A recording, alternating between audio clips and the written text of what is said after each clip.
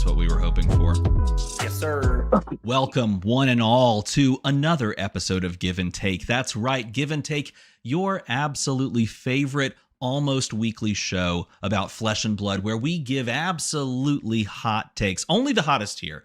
Hot, fresh, never even frozen. And today we have ourselves a time, because not only do we have Dylan, TCG Talk, aka Talk, for this episode, we also, that's right, yeah, I'm going to use that. I'm using that. It's Talk. Yes. We're just shortening it to Talk. We also have none other than ArggroBlaze96, blazing his way through Talishar queues. Now he's on the show. And is he going to go up in flames, or is he going to rope down a win? That's the question. How are you, Zach?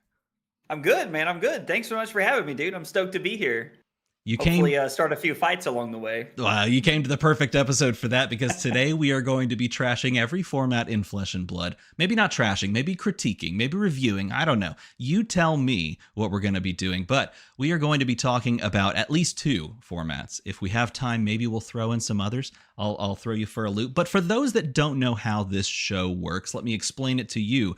These two fine gentlemen are going to be battling it out, giving hot takes based on the topic that you can see down below us here. We're going to go topic by topic. I'm going to ask them a series of questions, and if I think that their takes are just pure gas, I might give them points for it. The most points wins, and who knows what happens when you win. But trust me, you want to win and you don't want to lose. At least that's what they tell me. I've never actually played the game. I'm just the guy that presses all the button. Well, no, that's Jeremy's job. Jeremy, hit the button. We're going to the first topic. Thank you. All right.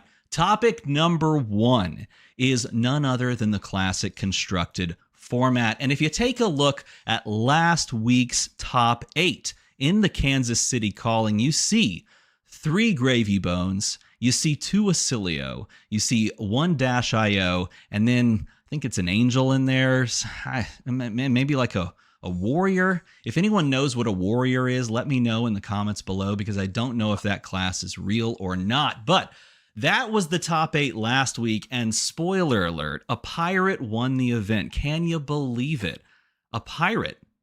It's Gravy Bones. Gravy Bones won the event. And of course, this struck up yet another firestorm of questions. Is it time to do something to Gravy Bones? Is this format just Gravy Bones or bust?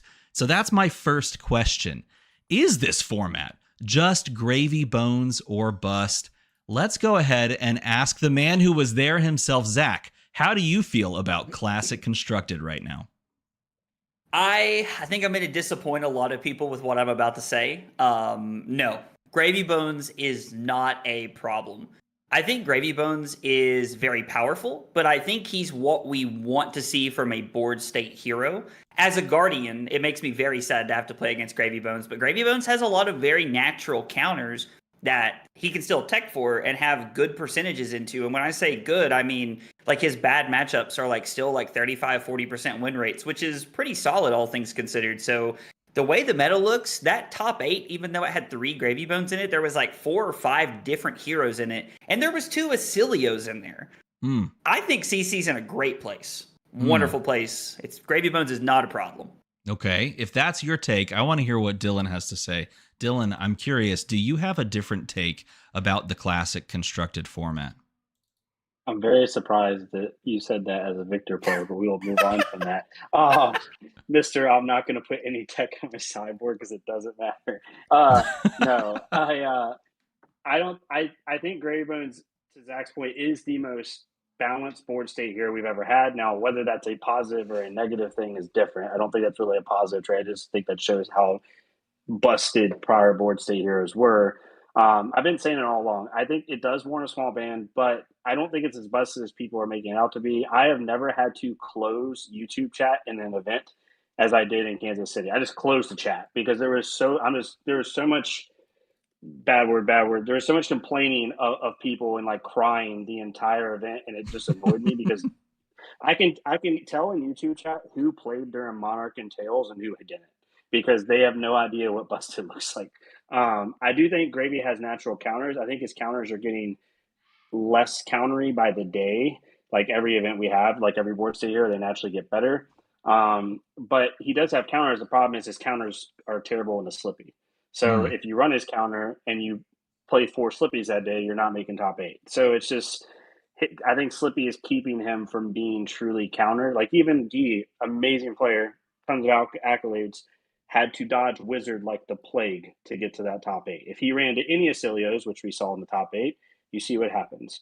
So like it's just, you can counter him. You just got to hope to God you dodge the other 66% of the meta in order to do it. So that's my take. I think you're both wrong. I think Gravy Bones is clearly too busted to exist. I think we need to cut the deck off at the stump. We need to take all versions of Tipple. They all need to go. I think Swell doesn't need to exist. Why would we ever print a card in a siloed class that is basically just belittled? No class should have that identity. What? Get free resources? What are you talking about? You're really upsetting the 5 Marlin players. Everyone should have to pay for everything they do all the time. In fact, they should have to pay more because they should all, every game should include at least 1 Frostbite every turn because we should have to tax ourselves in order to play Flesh and Blood. No, I don't think that I don't think Gravy Bones should exist anymore. Let's be honest. That's essentially what I think YouTube chat said last weekend. I think I tried to quote that verbatim. Somewhere in that ballpark. It's somewhere around there. No, you know what? I will play devil's advocate against both of you. I think I would enjoy watching Gravy Bones more if the deck wasn't so figured out at this point. Like, it would be kind of cool to see Gravy Bones have to do something different. Do I think the deck itself, as you both mentioned, do I think the deck needs to be changed? It depends on how the rest of the meta shakes out. In its current iteration, maybe it does. If you had to change something, what would you change? I made a video about this topic, so what would you change, Dylan? Yeah, I think all 3 of us have had like opinions about this. Zach actually had a really good video come out too. I think if you had to pick one card, it's Yellow Tipple. That makes the most sense. Blue Swell is not enough. It's not going to change the deck. It's just going to change the stupid 25 plus damage turn where he has like 6 cards in his pitch zone. That's the time that it does change that, but it doesn't change the natural power of the deck. Most people don't even run Red Swell right now. It's like 50-50. Chum, you can't take Chum away. It's too much to the deck's identity and thematics, and it's just, I hate that. So I think Yellow Tipple specifically, and it would be the first ever specific color restriction we've had in the game. But that's where my head would go. Yellow Tipple. I'll give you 1 bonus point for being different, being contrarian, because I don't think I've heard anyone say Yellow Tipple. But what do you think, Zach? If you're going to hit 1 card and 1 card only out of Gravy Bones, it's got to be Chum. You have to hit Chum. It is the card that causes the most problems for other decks that are trying to live in the meta.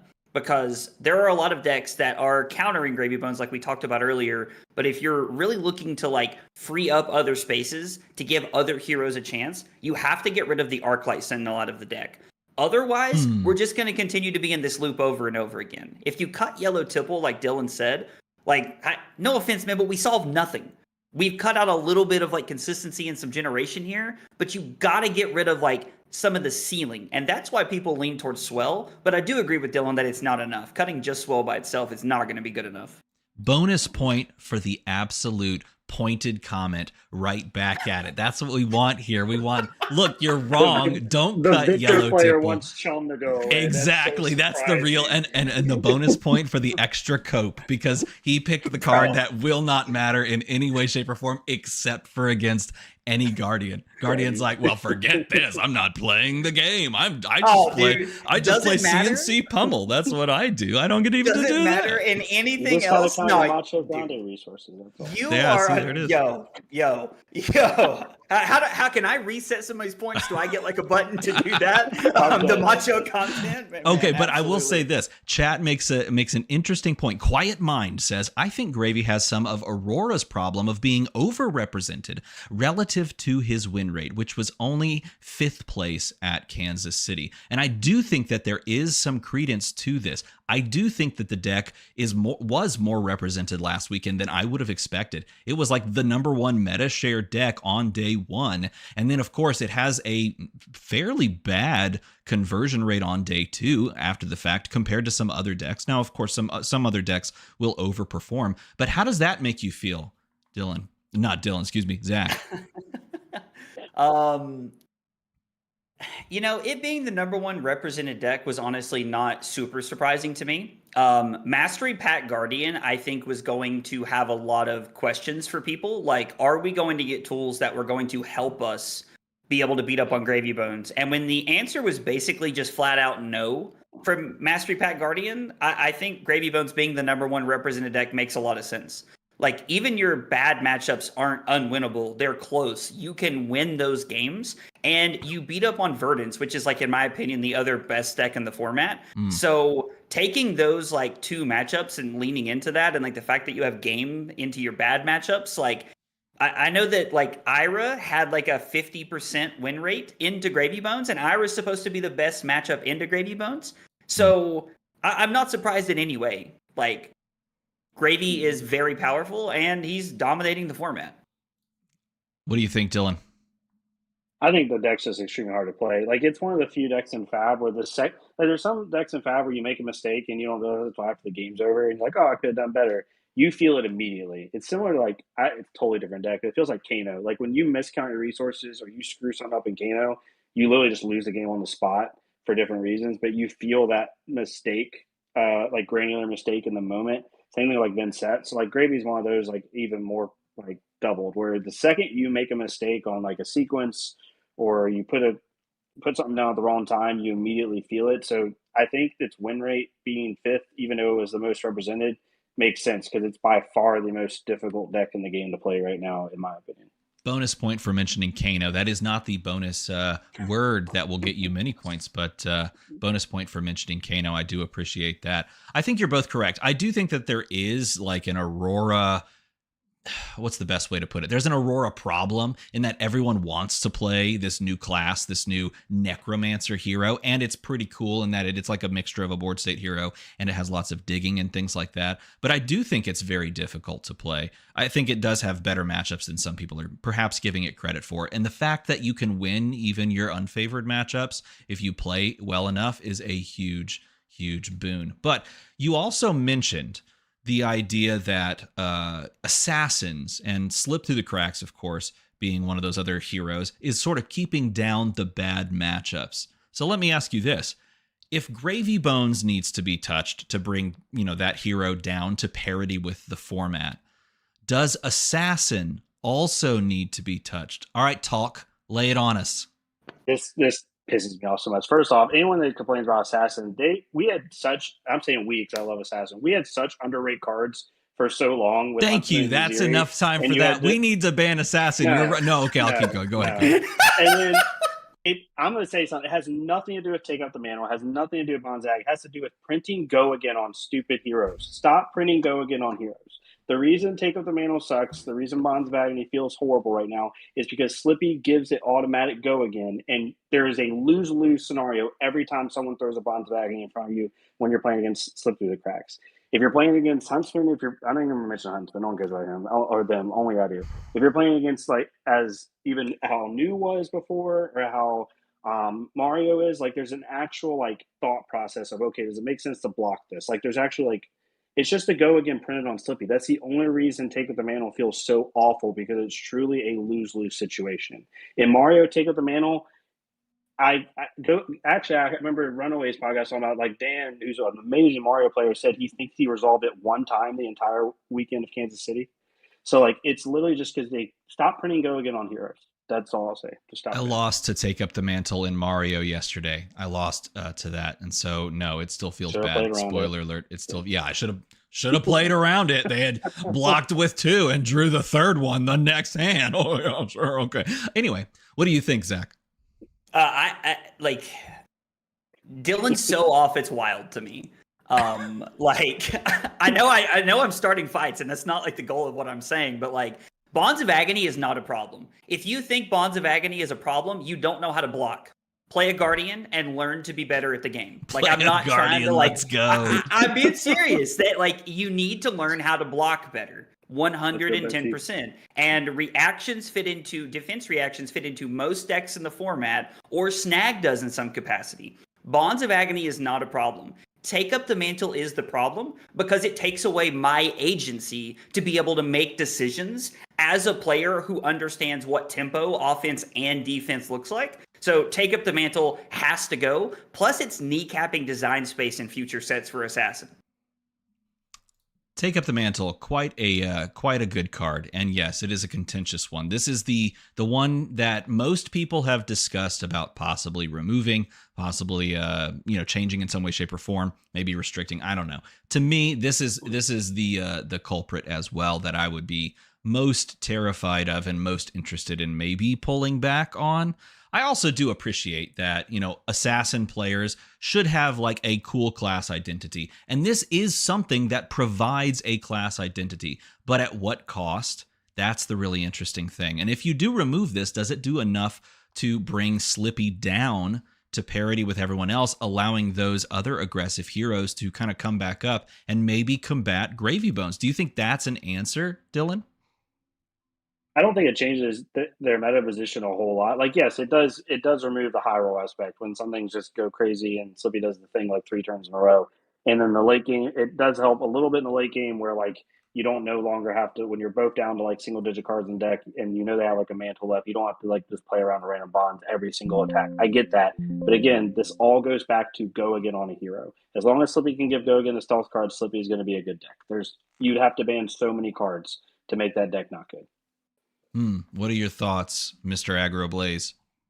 It takes it down, and it takes away some of the late game like player agency that we were talking about. But I think getting rid of Take Up the Mantle is an overall like game quality, like quality of life change is what I would say for CC for everybody playing. And I think that Slippy's already got like a pretty decent matchup into Gravy Bones, and I don't think you're hurting the matchup that much by cutting Take Up the Mantle. Well, this is not points driven. You know what fix all this? Go back to contract support. Let's give Huntsman some stuff. Let's stop with this stealth nonsense, and then it'll all be fixed. Damn it. You know what? He says it's not points driven, but I'm going to give an extra point for that because I do think that contracts are spicy, and I actually did enjoy contracts in general. I thought that was a really cool way to like talk about giving class identity to the assassin class. It was like the first thing, it was like the first thing that they did, and it would be kind of cool to go back to it. But before we leave the classic constructed format, I think the final question we should ask ourselves is, where are Guardians right now? Like, not who are they? Like where are the Guardians? Where, like, are they over there? Like, kind of where do they fall right now? Because Guardian Mastery Pack is a thing that you can go out and interface with. Valda Seismic Impact is a new Guardian. I will say this. I have always liked Valda as my favorite Guardian hero. This was like when I was playing early in the game and Crew came out and Valda came out, I was like, cool. I like that. It makes me feel like I'm being an aggressive Guardian player. So I would love for Guardian to take on like that. But where does that really fall right now? So we have to start with the Guardian player. Where are Guardians? I made like the flushing toilet animation a minute ago because like that's like where the Guardian class is right now. Kansas City was a great example. I played Victor, who has a very good matchup spread into like I would say 70% of the field, but Verdance and Gravy Bones are just unwinnable unless you're dedicating 15 sideboard slot cards. And I don't think that's worth giving up every other matchup to fix. So, in my opinion, Valda is the only viable Guardian there is right now because you can dominate your opponent to death turn after turn after turn with consistent draws and like pummels here and there, which I know, Steven, be careful. I don't take away my points because I said the word pummel. But it's Valda, though. It's Valda's pummel. You get an extra point because you said Valda pummel. There it is. But yeah, I think Valda is the only reliable Guardian that you should be playing in CC right now. How do you feel about Guardians and their place currently? Yeah, Guardian is just awful right now. I mean, Valda's the only one that's even decent. And even Valda's like, I mean, you're fighting for your life to even beat any meta relevant deck right now. Of course, the deck has more time to get figured out. But I'm gonna kind of take a slight different spin. I hate that they're going towards Clash. And like, I'm not meaning to like crap on the mechanics of the game, but you take a class that is so bent on intrinsic value and like, like the constant push and pull of like value Guardian and then eventually getting to that one big smack of an attack or whatever. And then you put in a mechanic that is completely RNG based. And like, yes, you can shore up your deck and make it to where like it's almost a near miss, but like certain matchups you're going to be bad in. Like even Victor into Ira, for example. If I play against a Victor and he hits his first 3 clashes, I lose. If I play into a Victor and he misses his first 3 clashes, I win. Like most of the time, barring like some stupid crazy play. And that just feels bad for a hero that's so hell bent on like just this consistent value train and trying to like outdo the opponent. So I think also the way that they've taken it, they've gone back to Crush in the Master and Guardian bag, which I'm glad to see because I want them to go back to that mechanic. And I like Volta's way of getting Leyline out and getting these slow, like incremental resource train out. I hope they keep with that because I think that'll help Guardian a lot because I don't like the Clash mechanic. I think it goes away from intrinsically what makes the class relevant in the first place in the times it was relevant.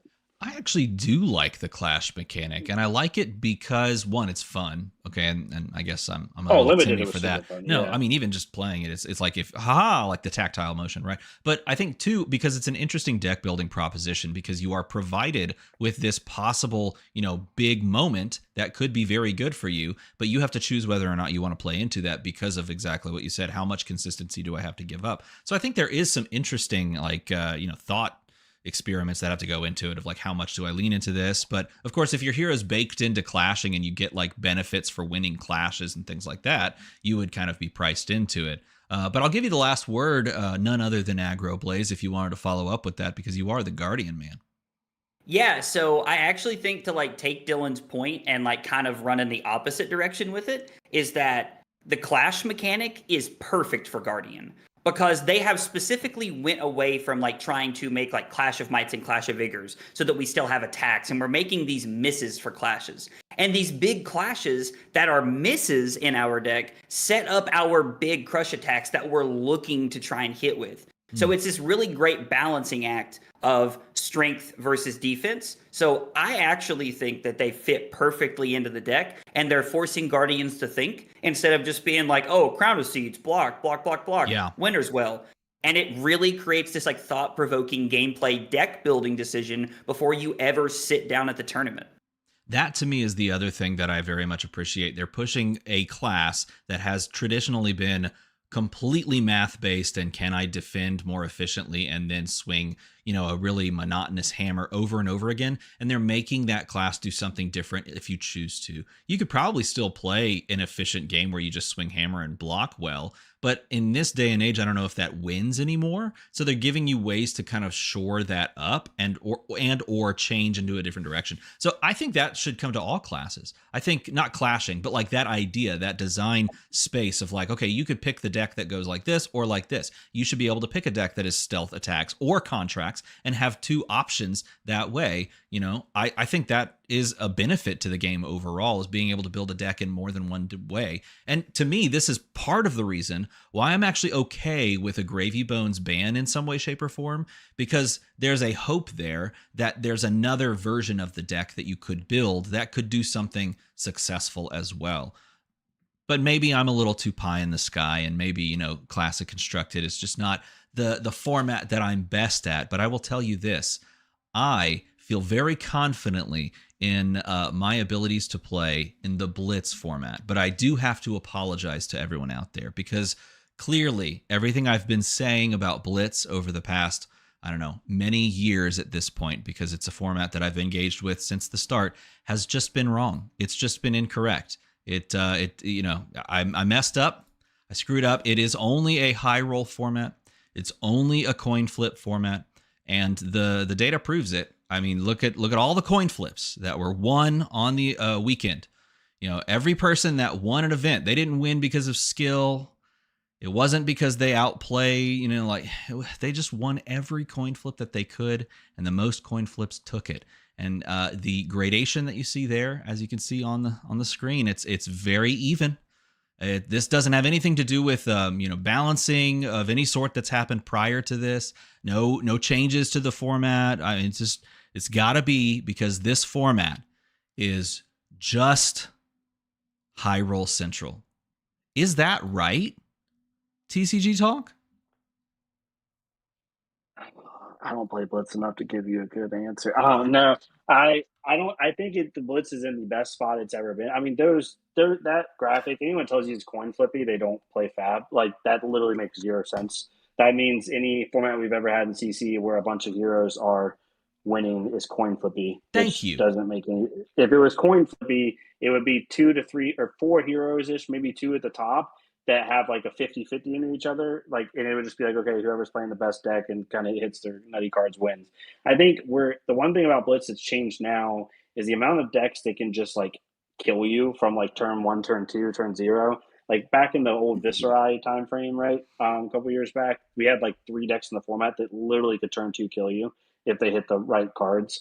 And we don't have that as much now. I mean, Aurora or like, I guess Dio, but even like KO can't really do that. I think that's why Blitz seems like it's in a better spot now. They have balanced enough things to where there's enough turns to where you feel like you're actually playing a game of Flesh and Blood.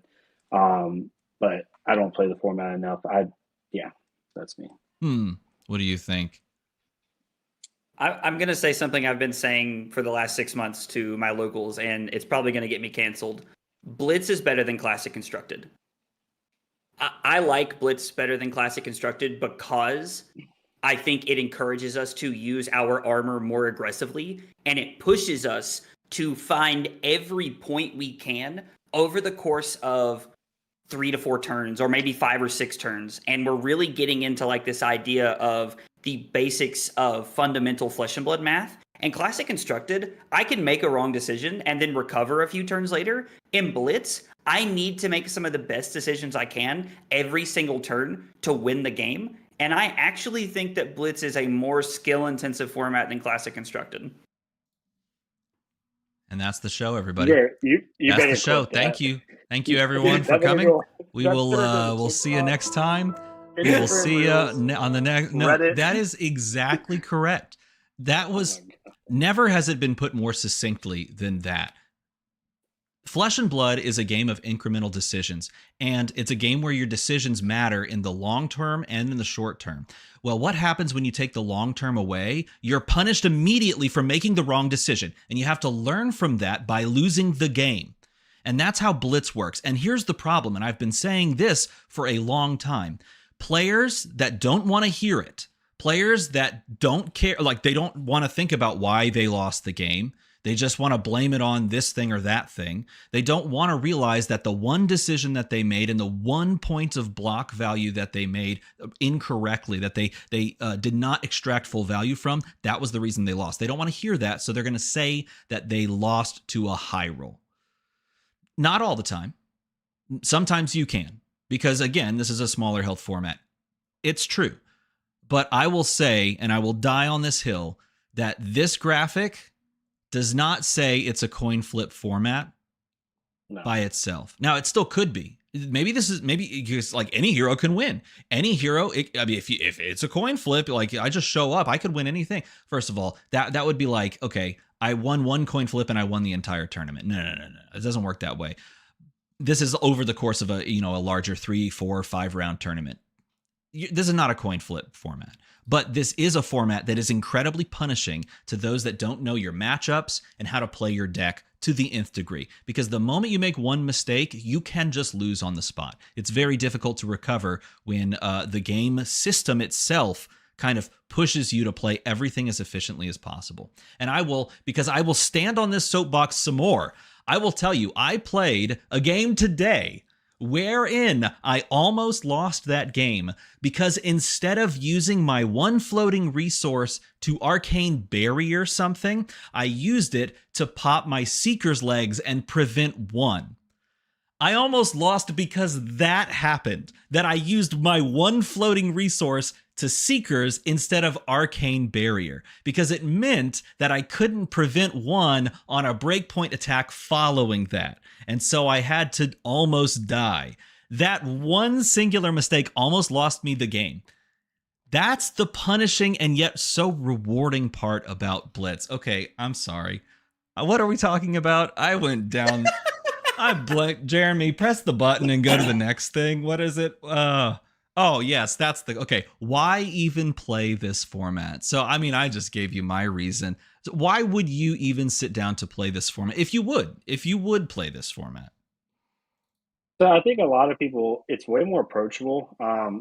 Like deck cost is a lot less. And now there's a lot more openness on who you can play. I know even our locals, like it's actually starting to go down. Hopefully I can help get it back up, but they were doing a blitz night every other night. It's just like, I think you want to play this format because it's more fast paced and fun.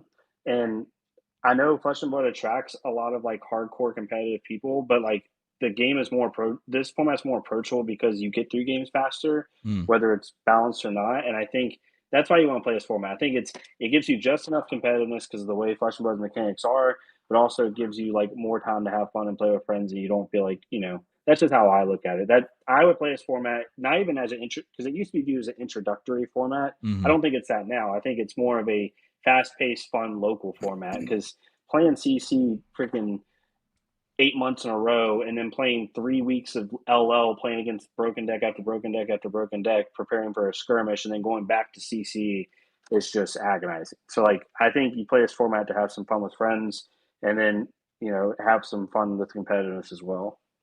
That's what I would say. What do you think, Zach? Why would you play the Blitz format? I'm a really big fan of one of the things that Dylan said.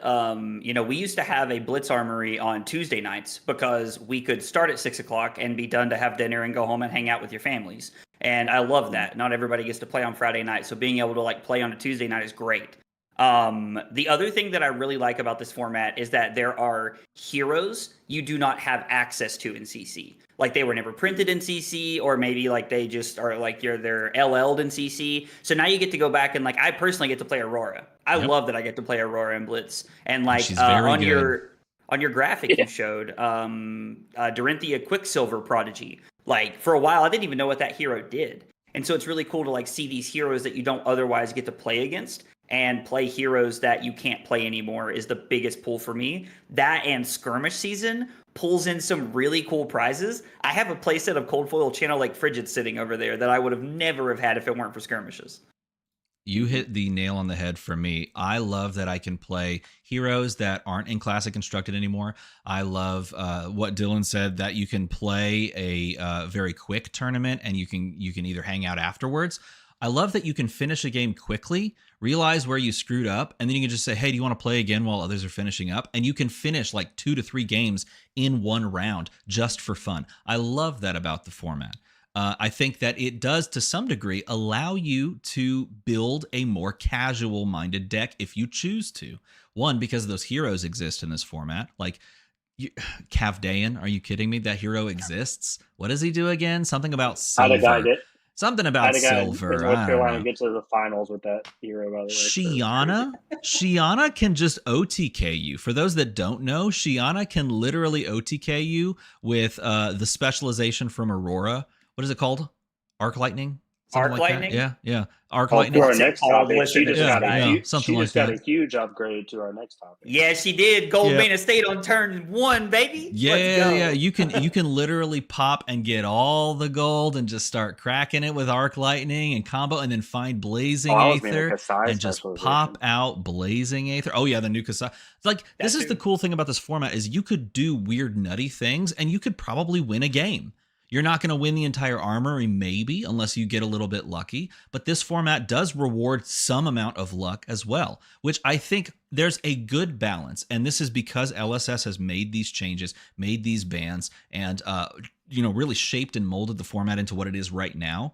There's a good balance of the good players still win a majority of their games, not all the time, but win a majority of their games. But there is capacity for other players to come out of nowhere with a big turn. And so the good player has to play on their toes and has to really know what they're doing against anything, even crazy Shiana. And there's a reward to that, which I very much appreciate in this format. But I, again, will get off my soapbox. And it's at this moment in the episode, in the show, that I realized that I didn't change the title up here, and it still says Guardian Mastery Pack.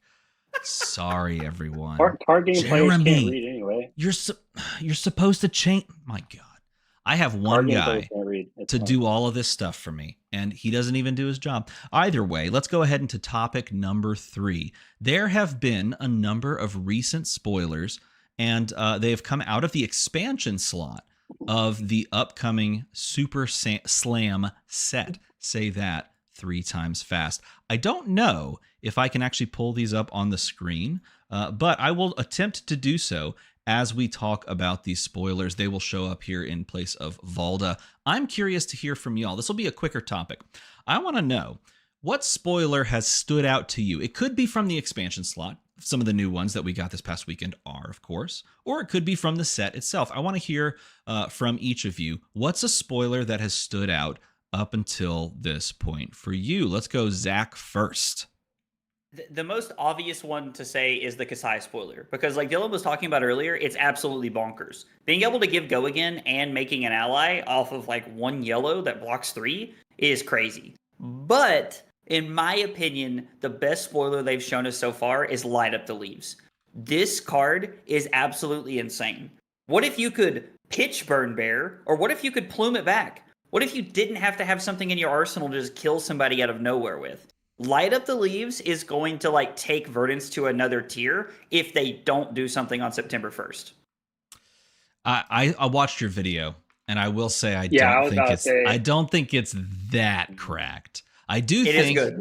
Yeah, I think that the fact that you can put someone on lethal at 9 is great, of course.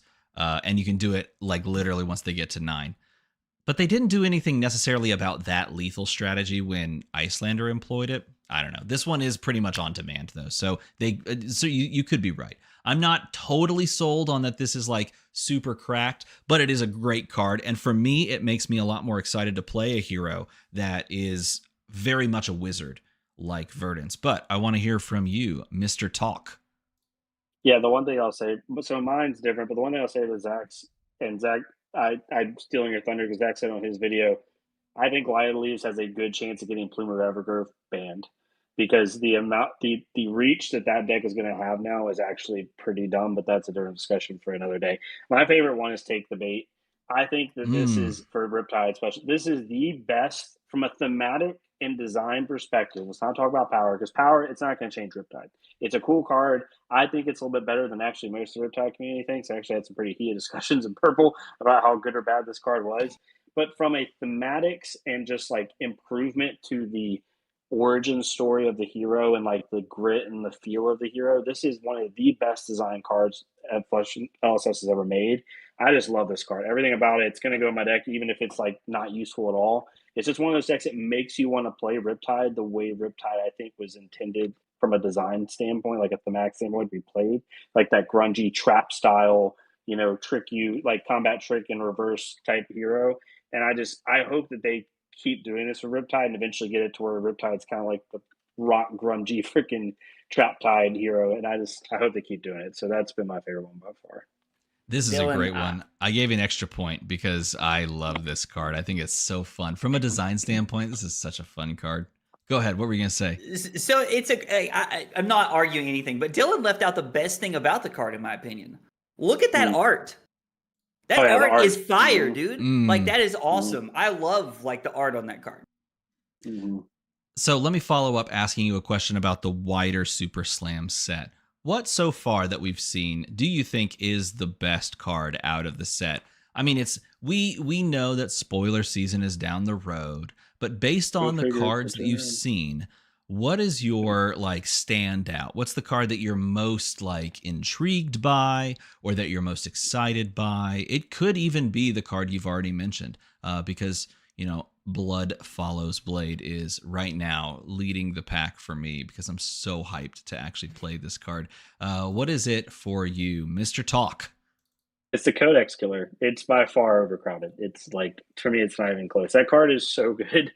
Like, I love this card. It can counteract some things that people are complaining about. The ceiling on this card is just going to get higher the more design space improves, and it's just generic. Anyone can run it. Like, right now, it's got to be overcrowded for me. A spicy one, and one we're going to be getting in fancier versions, I believe, right? It's going to come in like extended art, I think. Micro text box? Extended? I don't remember which one. I think it's going to be extended art. I don't know. What do you think, Zach? For me, it's Liar's Charm, and it's not even close. They are giving us a 5 intellect guardian that I think on the surface looks kind of mediocre. And past that, I think Liath is an aggro deck.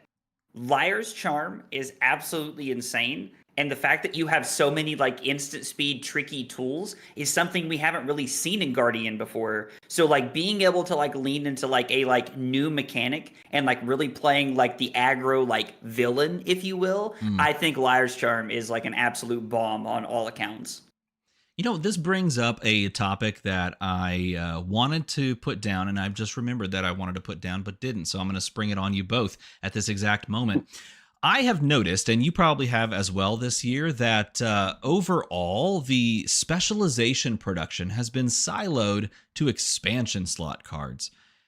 Versus last year, where all three of those sets, we had Rosetta, we had Part the Mistveil, and we had Heavy Hitters, they all had specialization cards in the actual set itself. It's strange to me that this card that you see on screen is not a specialization, because it would imply that, of course, there's maybe design space to be, messed around with a reviled Guardian hero down the line, and yet it's literally got his name on the freaking card. Why are they doing this in this year's rotation? Do you have any opinions or maybe tinfoil hat theories, Dylan? I think it comes down to like the thematics of Wraith. And it's like you go back to Mistveil, right, with like the specialization, non-specializations of the Chi cards, right? The Zen one, the Made Two Tigers shows all the modes if you've transcended all that stuff. I think it's expanding on like for the Liar's Charm. It's really expanding on Reviled.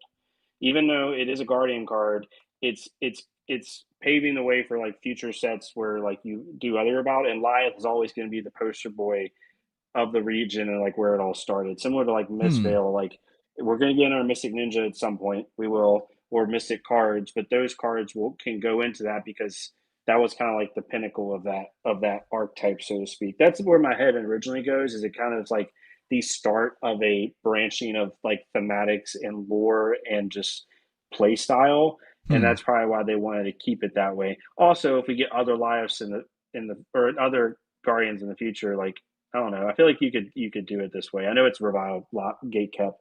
I just think they want to play into the thematics of the set, which this one's reviled. Mistveil was mystic, without gatekeeping it to one hero. I guess maybe I'm not articulating that well, but that's where my head goes. What do you think, Zach? I think that Dylan's like pretty on point for part of my thought process here. That like they're trying to leave it open to like have like other design like avenues in the future.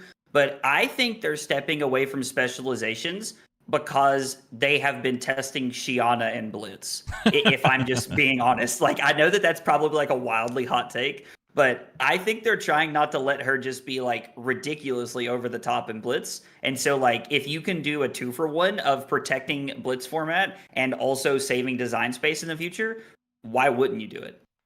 Yeah, I'll give you a bonus point for saying Shiana. If you get CC Shapeshifter, it would just break it immediately. They might oh my gosh, CC Shapeshifter would be awesome, dude. That would be pretty sick. But, that's actually something they could do. They just would have to maybe not allow specializations to be the thing, right? You would just need to find some other thematic way to bring a shapeshifter to the world of Wraith. Honestly, Shiana could be the next hero in Monarch 3, the Threepening. Who knows? But it's definitely a possibility. That prison. Yeah, it could be. Who knows what ends up happening in that Monarch 3 next year, which I'm assuming we're going to get next year. I mean, crossing fingers unless something weird happens. Either way, that could very well be. And finally, before we jump into our lightning round, we are going to do a lightning round light. I want to hear your opinions on Smash Palace because this is arriving quite soon. In fact, Smash Palace is going to be available everywhere near you. And I want to know what you think about this Smash Palace product. I just want your general impressions first, and then a follow-up question after. Zach, kick us off. I think we're talking about Smash Palace because you didn't have enough ideas for 4th slot, so we had to throw it on the episode. Wow. That I just wow. On a serious note, Smash Palace, I think, is a good product to try and help get people into the game. It like kind of establishes that like more like love for the game as you're getting into it, because it comes with like tokens and like all the different like, you know, like counters and like plus power and things like that, and it allows you to like play a few different heroes, and it comes with some packs, so it introduces people to the game. But for like seasoned players who have been around for a while, I mean, I think it's a waste of shelf space on an LGS store. I'm taking a point away for that last comment. Okay. Continuing. Let's hear what you have to say, Mr. Talk. Like I said before we started this podcast, I had to look up what the cards did in Smash Palace again because I care so little about this product. Oh my goodness. This product is so... I could go for way deeper, and I'm going to, on like how LSS has marketed this game for the hyper competitive player or even the reasonably competitive player. This product has nothing to do with any of their market share of like what makes their game grow right now. And the problem with it is, to kind of not go against Zach's point, but like play off a little bit, is I wouldn't want to play this product and then go into CC or Blitz because it's so wildly different, because it's like the Clarion Community College kit. This is how I'll put this. The TCC kit, you play, you're like, oh, that's cool. That was fun one time. And then you see another kit come out and you're like, because they started doing the boxes, and you're like, I don't want to buy that again. Like, that's how exactly. This is. Like, yes. You might play it one time and then you're like, okay. And then you're like, I'm going to go back to sweating my tail off in any other format because that's what this game attracts. LSS would have to massively change their marketing strategy on what type of players they are trying to attract, because there's other games, both TCG and Hobby Relay, that just do this better. See, I understand where you're coming from, but I don't think that it's a good long-term strategy to say, let's just push that entire subcategory of like player to the side and only focus on the thing that we do really, really well. I think that they do that already to some degree. This is an opportunity for a product that can bridge the gap between those players, because you can fall in love with a game from a casual sense and say, you know what, I'd like to play more of that. And then you go to your local armory and play like, I don't know, Project Blue when that shows up. And then you go, you know what, I've played enough of this. I want to try one of these. Like, what would happen if I upgraded my deck? This could be a gateway product. Now, I'm not saying that it is by any stretch of the imagination, because I haven't gotten my hands on it, obviously. I haven't dove deep into it to really try it. But even if it's not the perfect onboarding strategy for a more casual player, it does service those in the community themselves that already play the game on a more casual stage. Look, not everyone can stream whenever they want and get 100 viewers like right away and then stream for 3.5 hours because they're crushing people on Talishar. Not everyone is that good. Period. It's true. I mean, all they gotta do is find Gone in a Flash just one time. I was like, if you watch me go 2-5 on a Cilio, bro, get out of here. They just gotta find Gone in a Flash. Look, but here's the thing. Not everyone is as good, as seasoned, or just as grindery as us. And I put myself in that category and probably shouldn't. Not everyone is to that level. And that's okay. They don't have to be. They should. Not every person should be like that, because there's lots of things to love in Flesh and Blood. And I think this product is not a, whip turn 180 degrees. Let's target a new market and forget the other stuff. No, I don't think that's what LSS is doing. I think they're just making something that's cool. And I think this product fundamentally is just kind of cool. And you can get it, and if you want to engage with it more, you can go buy more packs to do the whole thing again, or you just put everything that came in the box in a stupid, like, one of those little, like, draft pocket things. I don't know what they call them anymore. But you throw that back in the box, and you play it with your friends whenever, or you play it with your kids. This is a product that I would play with my kids. It's something that I can do with another game like Lorcana, and my kids are fine to do that. I can do that with Flesh and Blood now in a much easier box set. They grab the box off the shelf and we just play. So I do think that there is a place for this, and it may not be for every player, and it shouldn't be for every player, but I don't think it's a detriment for LSS to actually print this, because I do think that there's benefit to be provided by something like this. And my question, the follow-up question, is this. Should they do another one of these? Should they add to this one? Should they nix the whole thing entirely? Based on your first kind of responses, it sounds like they should maybe not do this for you, but what do you think after I talked about it, Zach? I mean, for me personally, like this doesn't affect me or my life in any capacity. Like I'm not gonna buy it. I have no interest in it. Like, I don't have kids like you were talking about, so this is not something for me. But do I think that LSS should continue to explore avenues to make the casual player base and like more like kid friendly, like like board game style like decisions? Yeah, absolutely. Like Flesh and Blood and any card game is a game for everyone. It should be inviting at all times to every player of every skill level, no matter how long or how new you are to the game. So if this is the product that bridges the gap between kids and parents, or like even like just like couples that want to get into a hobby together, then yeah, absolutely. I say you continue to make it every year. What do you think, Dylan? I think my initial answer is no. I think, and this is just my one opinion, I think that you need to separate this style of product from the TCG. Normally, I'd be all about like making all these subsidiary products that go to the pinnacle that is Flesh and Blood TCG, right? But like with this, the game mechanics, the design of this game is very difficult to understand. It's very much not kid friendly in its natural game mechanics, in my opinion. You have the art style, most sets is not kid friendly. So you have to do so much to bridge that gap right now for I don't know their sales numbers, and maybe they'll reveal that normally they don't, but like how much they're actually selling to this product. I think I'd rather just put my efforts to like making a subsidiary level board game product, like actually expand your company. If you're really wanting to go down this route and make your game more mass marketable, make it more mass marketable in different pillars instead of trying to fit a freaking square piece through a circular hole. Like it's just the game mechanic system, the art style, the thematics, the type of players it attracts it's not a mass marketable style, in my opinion. It just isn't. Like, so if you're going to do this again, I think it's got to be separate from the regular game. Now, how you go about doing that, that's a whole different can of worms, but that's just my take. Because, like, entrenched players aren't going to buy this unless you have kids, in my opinion. Sure. Very few are going to buy this. So, like, and then when you do buy it, like, this really doesn't bridge the gap into a game where it's $500 to $1,000 a deck, like, realistically. Yeah. So, well, I will cut in and say that I do think that there is the capacity for this and things like Project Blue to start chipping away at the entrenched only tournament grinder player base and make it more of a mixed bag. I think those two things in concert, along with good intro products, those have the capacity to, really expand the player base to a more casual scene and audience. I would love for them to do products like this going forward. I think that there are some really, and honestly, there are very easy ways to make a product like this more kid friendly and use art that's already in the game. Pirates. Just make a pirate one.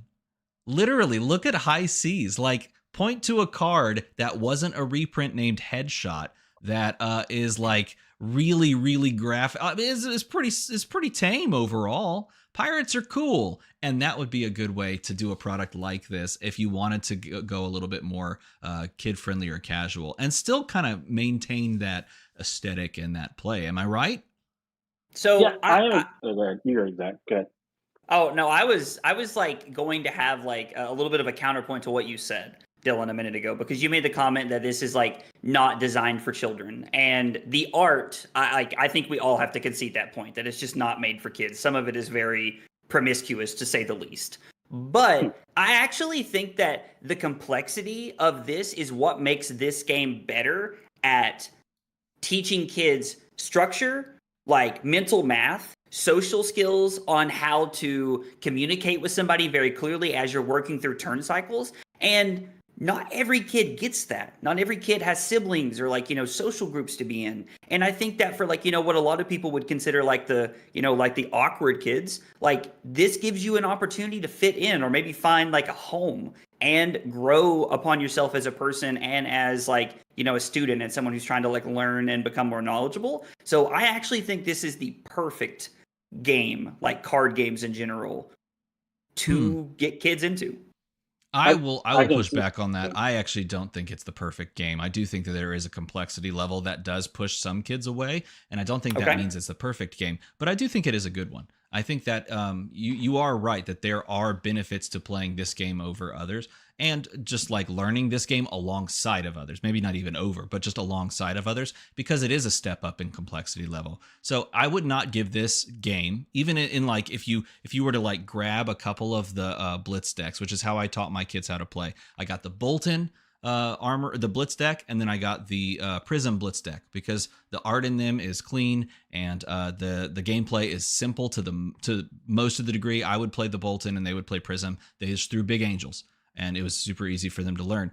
But I wouldn't start them with this game. I would teach them something a little bit more simple, that they would understand how cards work and how reading work, that sort of thing. And then I'd build from there. But I do agree that there is benefit to a kid learning how to play this game. I will say I am excited about the Ice Age thing that's coming next year, whatever that ends up being for Project Blue. Like, I Mm. do agree with you. I think Project Blue is going to be the best entry level, actual, true. Like, you will get the same competitive feel that Flesh and Blood gives that actually attracts players, while also having lower budget, easier to understand because it's going to be simpler cards. Like, I think I'm excited to see that. And it is also, for one last thing for Smash Palace, this goes back to like, what's the intended purpose of this product? It being crack shuffle play for Mastery Pack Guardian, without saying it, I think this is also like a standalone product that also helps them sell Mastery Pack Guardian packs over time. Like, It you certainly could look could. at it as that. And that's Yeah. not a negative or a positive. I think that's just also, we might be looking at it as an entry level product where they're looking at it as a standalone product to help sell packs, which is also not a bad thing. That's just how it is. Yeah, I mean, if that's how the product So, is designed to function, or if that's an ancillary benefit of the mhm. function of the product, so be it. Okay, it's lightning round time, folks. Here we go. We're going to rapid fire some questions. I'm excited about these questions. Y'all helped me craft one of them, which I really enjoy. I'm pumped for it. So let's begin with this. Worlds is going to be including Living Legend as part of the format over that World Championship. And they are pushing away, they're eschewing, if you can use that word, the Blitz format for what we, sorry, not Blitz. Well, they did do that. Blitz was first. Correct. The draft format. I think they got rid of it in favor of LL. I think that's the consensus. So my question to both of you is this. Which would you prefer? Zach, what would you take? Draft. Draft is the single most skill intensive format in any card game that I've ever played. If you take away draft and you add more constructed, you are adding more like gym luck, you're adding in like cost of cards for certain players. Drafting at its core is the best format you can play in any TCG, and they're taking out of Worlds, I think, is a big mistake. What do you think, Dylan? It's Living Legend. Like, you have to do Living Legend. Nobody wants to watch draft. Go look at the numbers on any LSS stream when it switches to draft rounds. It cuts by like 75%. I understand. I am like a mid-level player at best. Blaze blows me out of the water in terms of skill level. So what he knows when it comes to draft, I understand like where he's coming from. But nobody wants to watch it. And when it comes to very few people, nobody, don't speak in definites. Very few people want to watch it. And when it comes to Worlds, that's when you have the most eyes on the game. That's when people are seeing it in their YouTube recommended. That's when people are showing up, and no one wants to watch someone flip in their hand for 45 minutes, followed by a 30-minute pause, followed by a game of draft.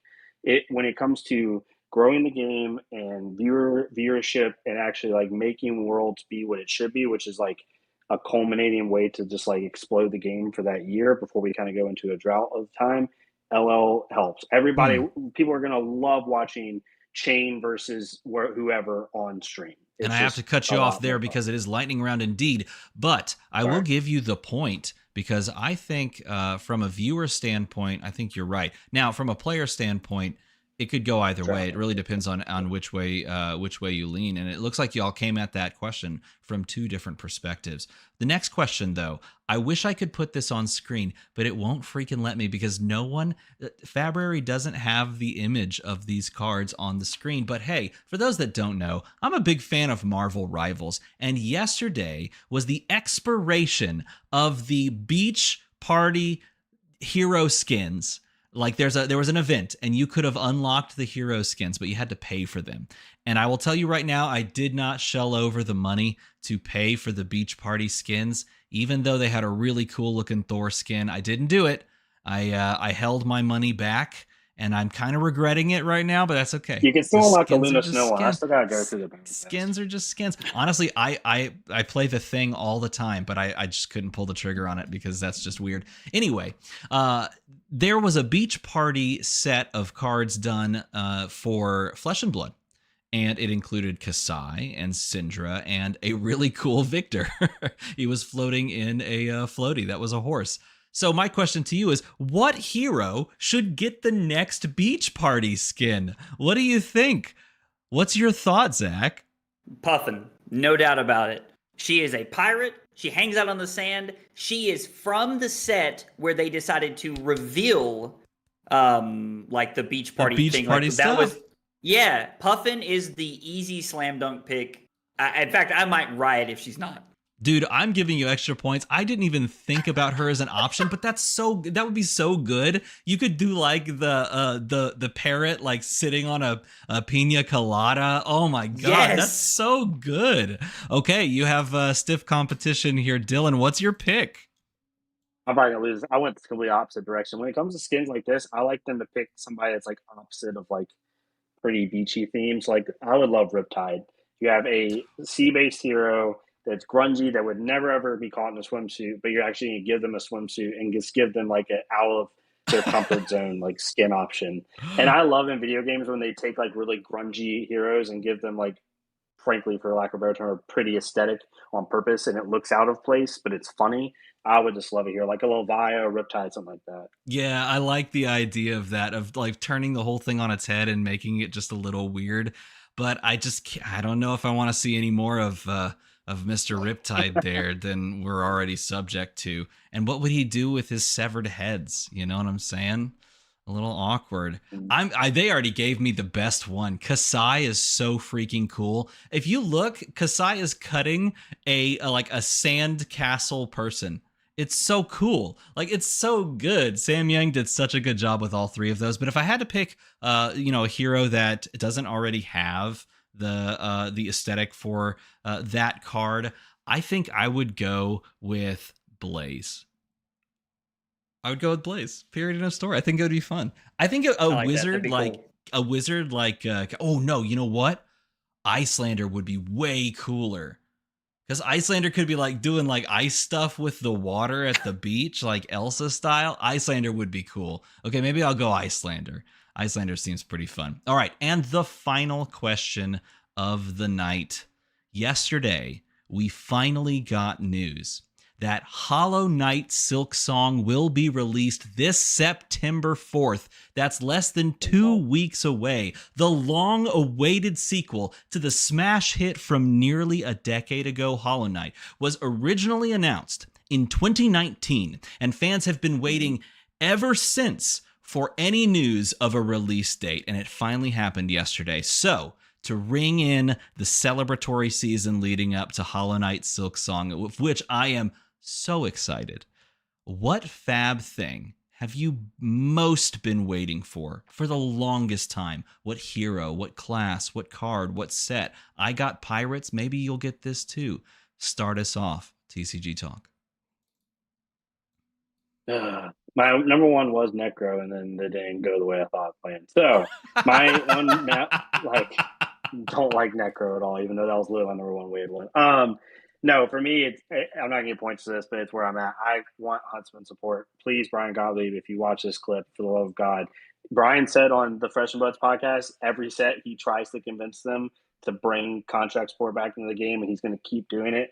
Brian, keep doing it. I already put on Twitter that I will literally do, if I top 8 a Battle Hardened with Huntsman, they are required to make contract support, and that's now my mission in life. So give me more Huntsman support. I don't think I'll give you a point for the audacity of writing an ultimatum to people that owe you nothing, but yeah. Either way, what do you think, Zach? Nobody's gonna like my opinion. I want Ice to come back.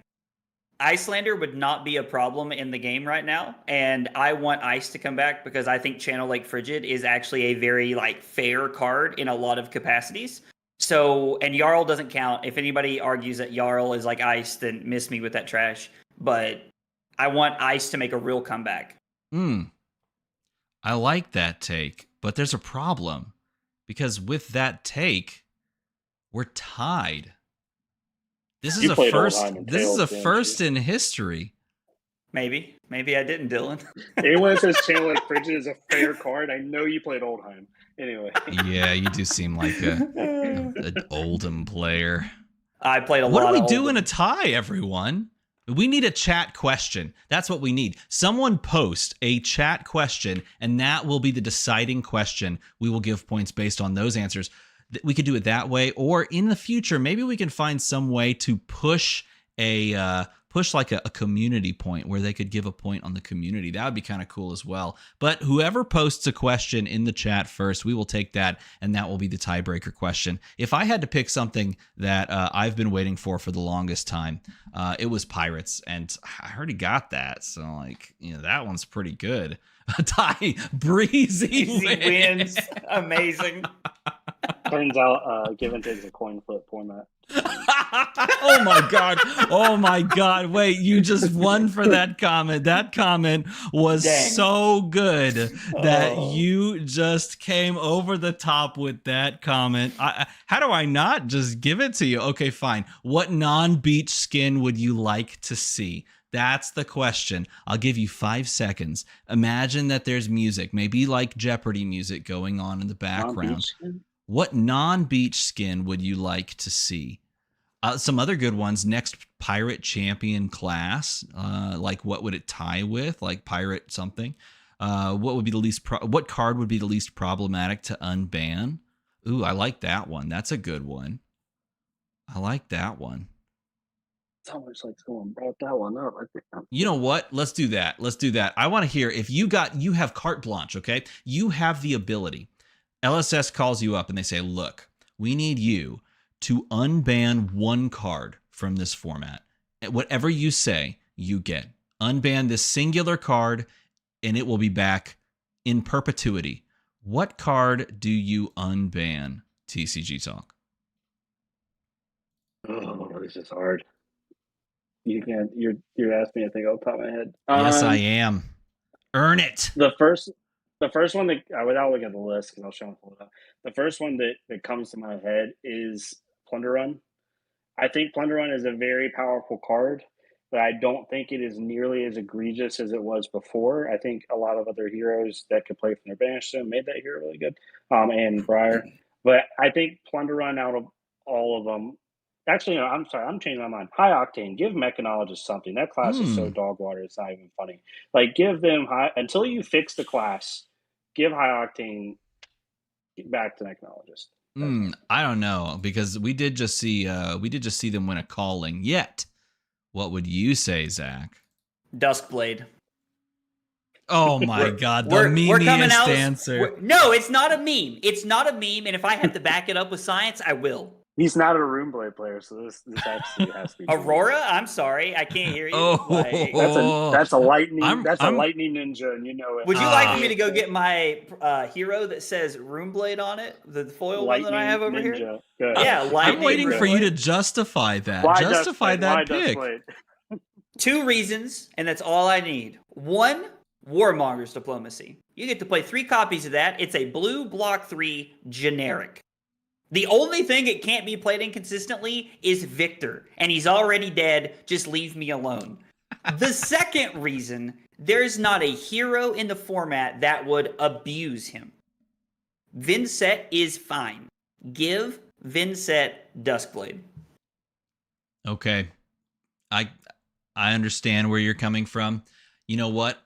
Going into this last tiebreaker, as we called it out, I thought to myself, whoever has the spiciest answer, I'm just giving it to him. And Duskblade is such a spicy answer. I gotta do it. Guardian Man, Bandana Man picks up the win. I put Victor Goldmain Match Fixer on there. That's okay. I'll give you the extra point. We'll go ahead and throw it in there. If we would have cut it off at the bell, though, that quip about a coin flip format was like top tier. Oh, it's exactly what you want to hear. But we went the distance, and that's the play. So, as is custom, feel free to take the floor. You can say whatever you want. This is your victory lap. Oh, my victory lap. Let's go. Right. Honestly, Dylan, thanks a lot. 1-0. we had a creator face off one time. I'm 1-0 in that as well. So thanks for playing, man. Oh my goodness gracious. You are perfect. Thank you so much for that. All right, Dylan, do you have anything you'd like to say? Are you playing the Color Star tournament tomorrow? Me? Are you playing? Yeah. Are you playing? No, I hosted. I can't play it. Oh, good thing, because you'll be 1-1 if you play in your Color Star tournament tomorrow. Well, there it is, everybody. There it is. Congratulations to our newest winner, and thank you for all hanging out. If you like this type of thing, make the number, of course, go to the other number, and we'll see you next time. Smile and wave, boys.